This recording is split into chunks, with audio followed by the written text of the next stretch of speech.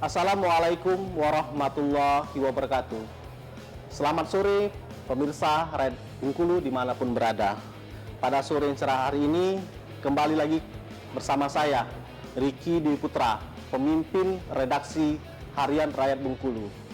Pada hari ini kita akan kembali melanjutkan program wawancara eksklusif bersama siapa?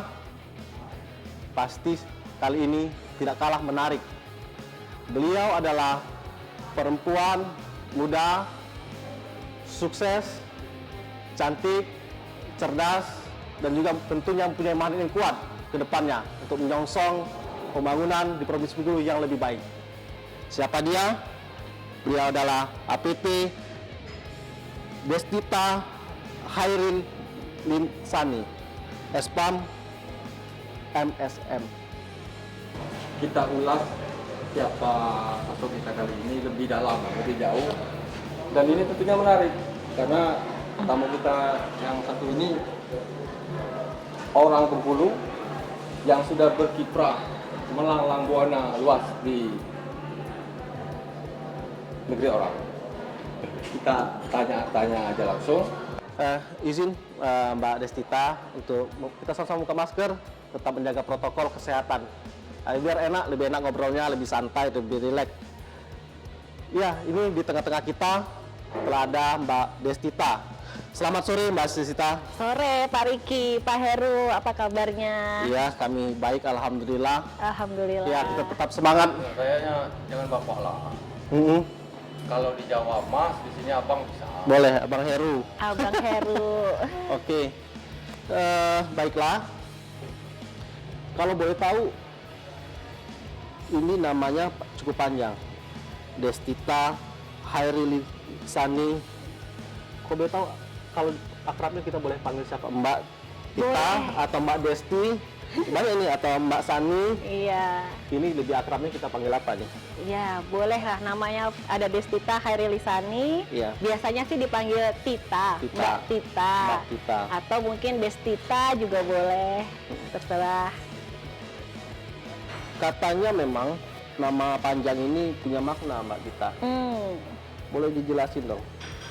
Sebelum kita lebih jauh mengulik siapa sebenarnya beliau ini. Karena beliau baru berapa hari di Bengkulu sudah heboh dalam tanda kutip. Masyarakat antusias ingin tahu lebih jauh siapa beliau. Alhamdulillah. Iya. Insya Boleh Allah. Mbak Tita dijelasin dong jadi nama panjang ini, mungkin ada artis tersendiri. Iya ya. Iya. Jadi alhamdulillah namanya tuh yang memberikan orang tua, papa dan mama saya, Dr. Andes Haji Ahmad Sardi dan Hajah Sulistiawati. Jadi katanya tuh ngasih nama saya tuh karena saya lahir di Desember. Desember. Jadi kan Desember. Tita itu niatnya perintah. Titah.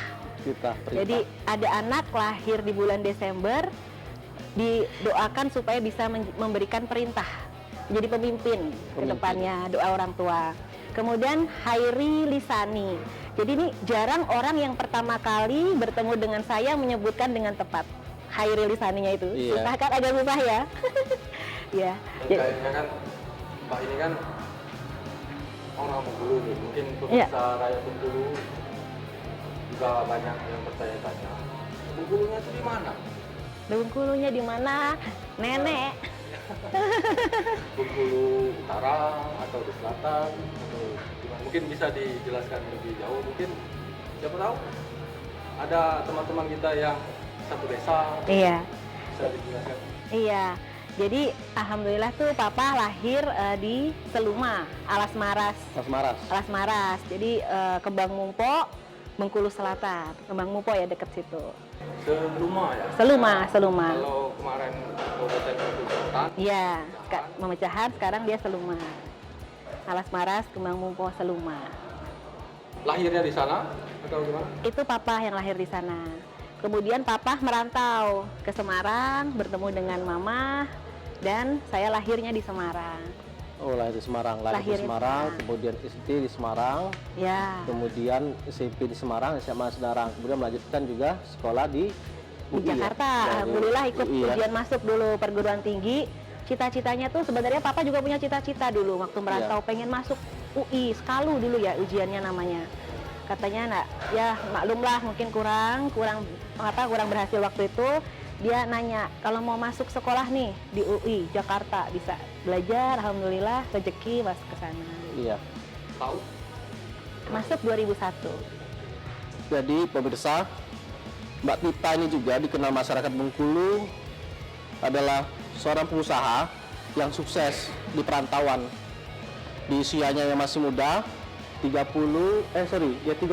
Belum 40 lah. 39 ya, yang sangat relatif muda, beliau sudah mampu menjadi pengusaha sukses di ibu kota. Namanya pun berkibar di sana. Siapa yang tidak kenal nama Mbak Tita di Tangerang, Mbak ya? Di Bekasi. Bekasi ya, Iya. sorry, Bekasi. Mungkin tolong diceritakan sedikit, Mbak. Sekarang ini usaha apa, Mbak, yang sekarang Mbak Tita dirintis, kemudian dikembangkan? Juga informasi juga Mbak Tita juga sekarang sudah bergabung di sejumlah perusahaan asing gitu ya? Iya. Iya, alhamdulillah. bagaimana mengembangkan dan juga membangun perusahaan asing tersebut? Ini menarik ini. Iya, ada yang bertanya, Bang.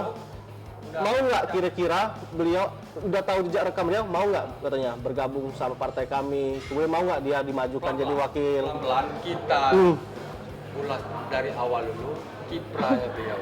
Kok bisa masuk ke di Propine kan bagus tuh.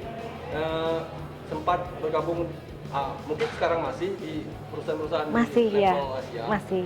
Itu perusahaan bergerak di bidang apa bisa di? Iya. Jadi kan backgroundnya kan farmasi ya, apoteker. Jadi bekerja di perusahaan farmasi. Jadi awal lulus itu masuk ke perusahaan farmasi Jepang.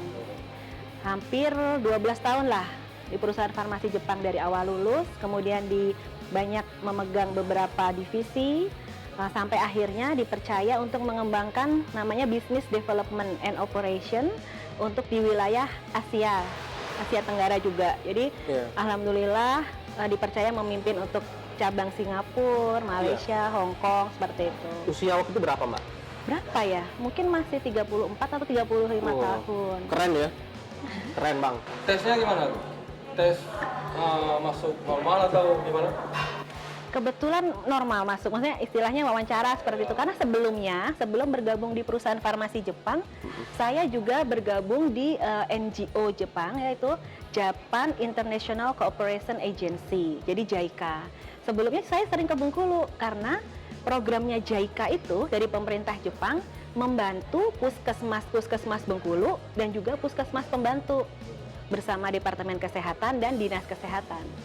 Membantunya dari sisi pembangunan fisik, obat-obatan. Iya, dulu tentang pengadaan obat.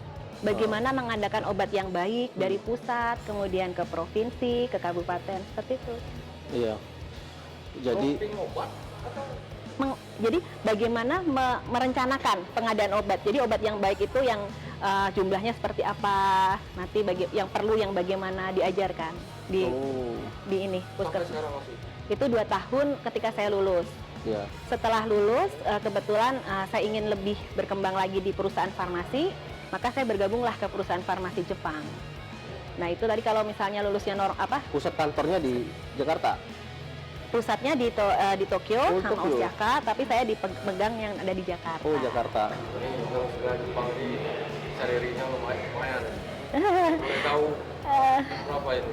Ya, alhamdulillah lumayan. Yang jelas saya belajar budaya Jepang, Ya. yang mungkin udah tahu ya disiplin bagaimana, kejujuran, loyalitas tuh ya nilai-nilai pertama dalam bekerja lah di perusahaan Jepang. Iya, itu bukan hanya ini budaya, Bang, Mbak Tita, tetapi jaringan internasional yang paling penting. Alhamdulillah. Ya, saya senang sekali. Apalagi waktu JICA itu memiliki banyak, sebenarnya mereka memiliki banyak banyak resource untuk disalurkan. Hanya saja mungkin belum tahu bagaimana cara menyalurkannya. Jadi hanya saya waktu itu orang Indonesia di situ, dan kebetulan sekali proyeknya mengambil Bengkulu. Jadi ketika orang Jepang bertanya-tanya apa saya bisa dibantu di Bengkulu, ini puskesmas jumlahnya segini, bagaimana nanti kita melakukan trainingnya dilakukan seperti ini, jumlahnya segini cukup atau tidak, kalau bisa ditambah. Jadi peran dari orang lokal untuk bagaimana supaya alokasinya itu bisa masuk itu sangat besar.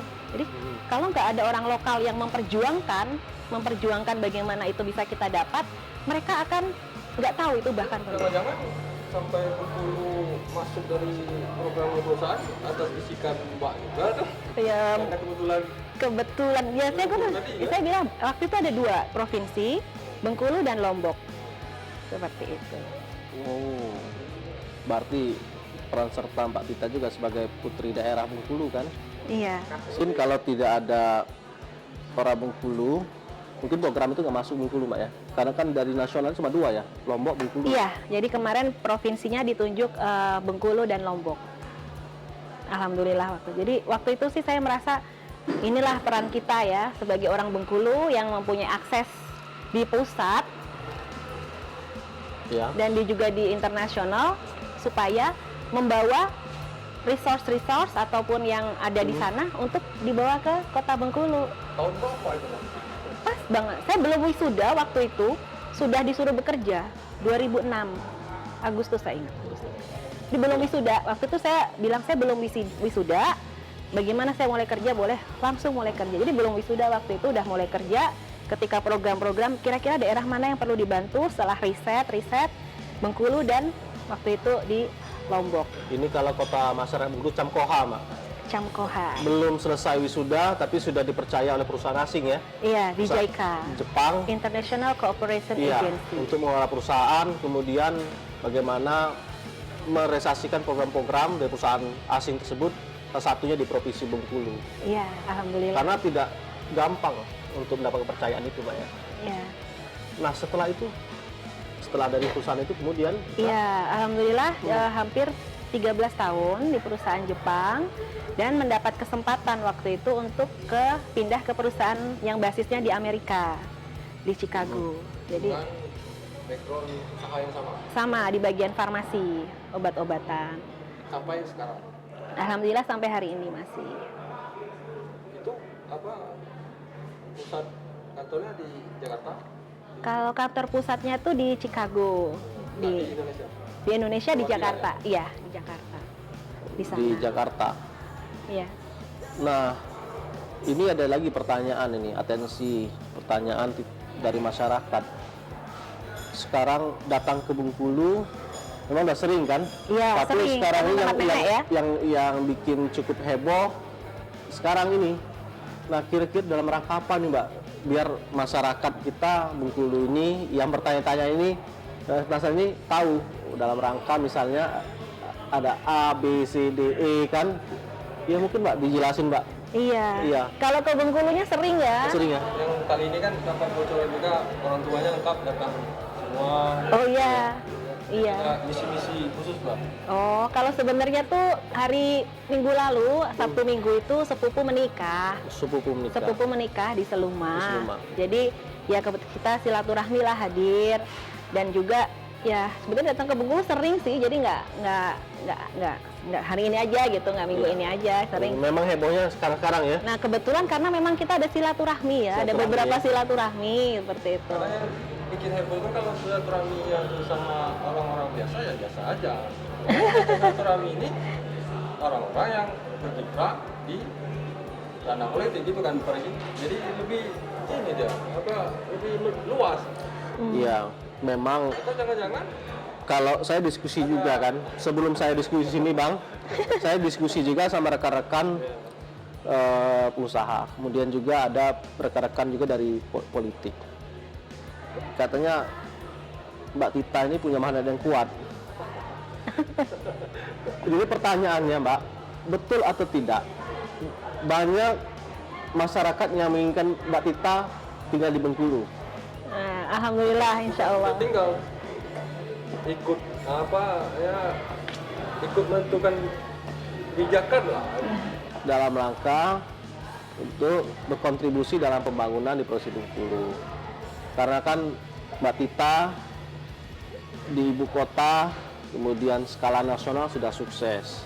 Nah, bagaimana mewakafkan selanjutnya untuk Bengkulu? Iya. Atau betul nggak seperti itu Mbak? Ada permintaan-permintaan seperti itu? Karena ini memang Ini saya sudah gelisah untuk bertanya dari awal tadi, tapi belum masuk kan? Dari mobil. Dari mobil tadi. Tahan dulu. Aduh, Kita iya. Pasti Iya. Iya. depan orang ya. Iya.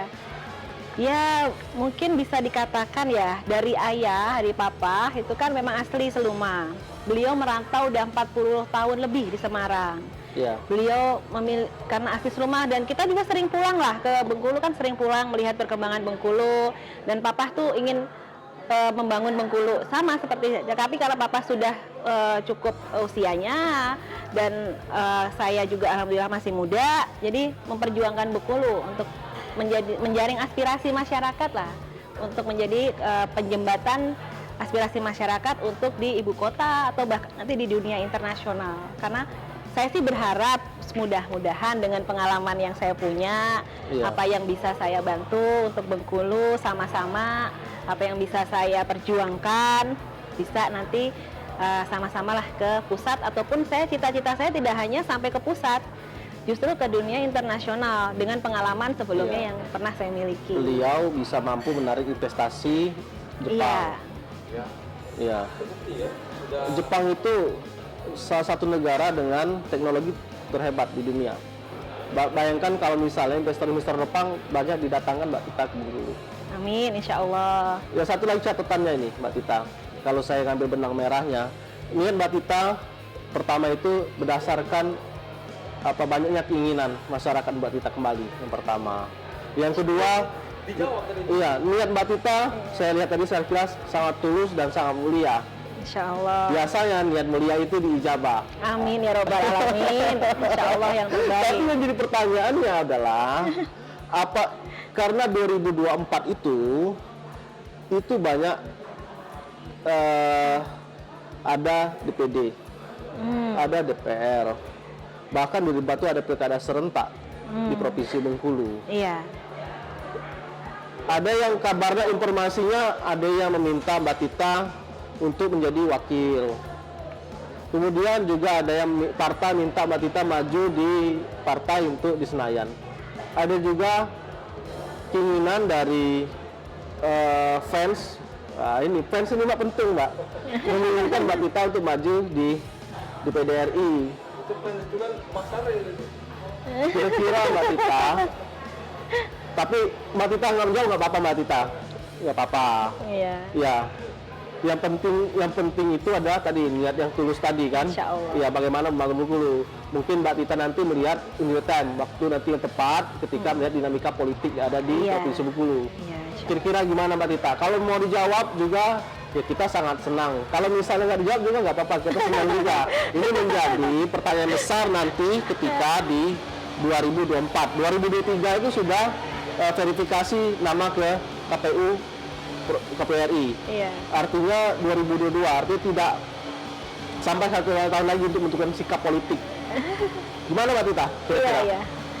Ya, insya Allah lah. Kalau dari saya sendiri yang penting niatnya ya. Kalau niatnya saya insya Allah ingin membantu Bengkulu dengan apa yang saya punya, dan mungkin bersama-sama dengan pendukung lah, kalau misalnya bisa kita dukung sama-sama, menyampaikan aspirasi masyarakat Bengkulu untuk sampai ke pusat, atau bahkan mungkin tidak hanya di pusat saja, siapa tahu saya bisa membukakan jalan dengan pengalaman saya di perusahaan Jepang, Amerika, dan lain-lain untuk mendatangkan investasi seperti kata Abang Riki. Jadi karena Bengkulu ini potensinya kan masih sangat besar, dan saat ini kan pemerintah juga sepertinya membangun infrastruktur itu, ada sudah mulai jalan tol dibuka, nanti kan akan arus lalu lintas lebih lancar dan lain-lain, pasti investasi diperlukan untuk memajukan Bengkulu lagi. Iya, berbicara soal investasi, mungkin Mbak Tita kan asli Bengkulu, tentunya cinta Bengkulu, dan juga sedikit banyak mengetahui potensi Bengkulu. Nah, kira-kira potensi apa Mbak Tita nanti ketika kira-kira yang bisa dikembangkan di Provinsi Bengkulu? Kan menarik karena mau membantu Bengkulu biar lebih maju itu dari kacamatanya Mbak Tita. Yang pertama, selain potensi tadi, yang mungkin sisi mananya seperti di awal dulu ya, yang lebih bagus ya. Iya. Ya, pertama karena saya perempuan juga, jadi ya Jadi sumber daya perempuan Bengkulu kan hebat-hebat, mereka karakternya kuat, termasuk nenek saya kan hebat ya menurut saya, karena bisa membawa ayah saya sampai posisi yang seperti ini, dan ayah saya alhamdulillah bisa membawa saya sampai seperti ini. Jadi kan dari perempuan Bengkulu. Jadi ingin memajukan perempuan-perempuan Bengkulu untuk semakin maju, berkontribusi terhadap keluarga, terhadap publik, lingkungan sosial dan masyarakat dari perempuan Bengkulu. Yang kemudian dari sumber daya yang ada di Bengkulu. Misalnya saja saat ini pelabuhan di Bengkulu. Pelabuhan Bengkulu tuh kalau saya sempat baca itu sebenarnya dilewati oleh kapal-kapal besar. Harusnya. Iya kan? Karena kita ada di samudra itu, dilewatin. Tetapi yang saya dengar jarang sekali kapal-kapal besar yang mampir ke Bengkulu. Iya. Karena ya itu, misalnya kapal besar tuh mampir biasanya untuk mengisi air kan. Tapi belum cukup air di kita, padahal kita ada sumber air di sana. Jadi seperti itu, siapa tahu bisa membangun di pelabuhan. Iya. Seperti itu. Dengan investasi teknologi Jepang tadi. Ya, siapa tahu bisa lebih praktis kan. Biasanya dengan teknologi semuanya menjadi lebih mudah. Gitu. Satu lagi. Kereta cepat Jepang Singkatkan. dari Muko-Muko sampai ke Kaur. Waduh.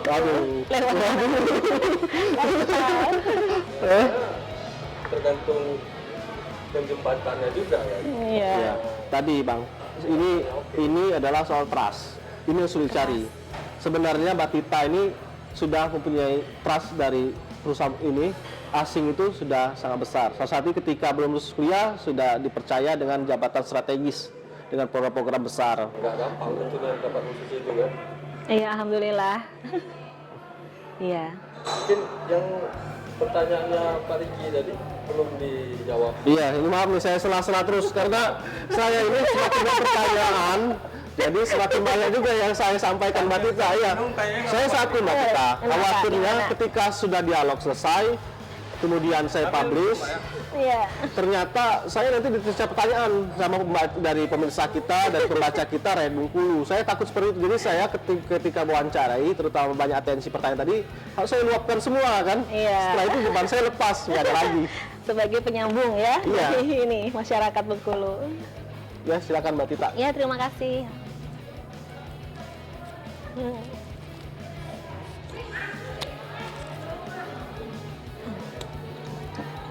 Kalau di Bengkulu ada namanya Jero Kalamansi pemirsa. Ya, nanti mungkin untuk pengemasannya Mbak Tita satu catatan biar lebih Benar. mampu lagi dipromosikan di tingkat nasional maupun internasional. Iya, benar. Bengkulu nih itu juga salah satu potensinya. Sebenarnya banyak ya hasil-hasil makanan kecil kayak lempuk ya, Ya, lempuk. jeruk kalamansi. Di hal-hal yang seperti itu yang penting tadi nggak melulu lagi bicara pengembangan tambang yang Ya, dampaknya kita sudah paham semua kan. Iya. Jadi di daerah Jempak juga polemik konflik karena berurusan dengan tambang. iya. Banyak hal-hal yang ringan, cuman karena nilainya nggak tahu kita kan kecil atau kecilnya dari mana juga, dari sisi mana melihatnya juga paham, jadi kesannya lebih nggak menarik. Iya. Belum, karena kita belum mengolahnya. Jadi sebenarnya mungkin karena belum saja. Apalagi di tangan Mbak kan juga bergerak di dunia usaha kan, mungkin lebih mengolah sesuatu itu lebih bernilai nanti. Ya, mudah-mudahan ya. Oke, dari misalnya pertanian perkebunan, kita punya kopi, Mbak Tita. Iya. Banyak kopi kita misalnya dikirim ke tetangga atau provinsi lain, kemudian dikemas dengan nama provinsi tersebut. Iya. Iya, sebenarnya banyak potensi-potensi kita. Kemudian sektor pertambangan kita juga ada emas di Lebong.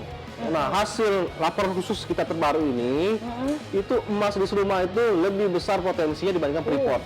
Iya. Artinya banyak sekali potensi. Kemudian potensi pariwisata. Bengkulu punya pantai terpanjang, Ya, namanya panjang-panjang. terindah. Iya. Sudah sana kan? Sering Kesini pasti ke sana. ke sana. Kita yang tidak kalah penting, yang sangat menarik adalah wisata sejarah. Kita punya Benteng Marlboro. Kemudian juga Rumah Fatmawati. Rumah Fatmawati. Kemudian juga Rumah Pengasingan Soekarno. Sejarah ini adalah wisata sejarah yang mungkin tidak dimiliki oleh provinsi-provinsi lain. Sejarah ini saling terikat satu sama lain.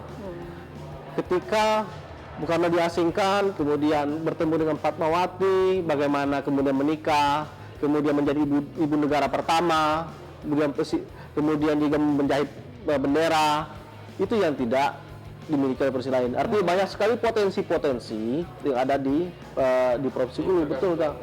Iya, benar-benar itu. Orang seperti ya wanita lah diharapkan nanti kan ikut berbuat lebih biar Bengkulu ini lebih kenal, lebih bergerak maju ke depannya kan. Apalagi dengan kiprahnya Pak sudah terbukti di kebangsaan level Asia. Itu kira-kira gimana tuh Pak melihatnya dengan kondisi sekarang ini?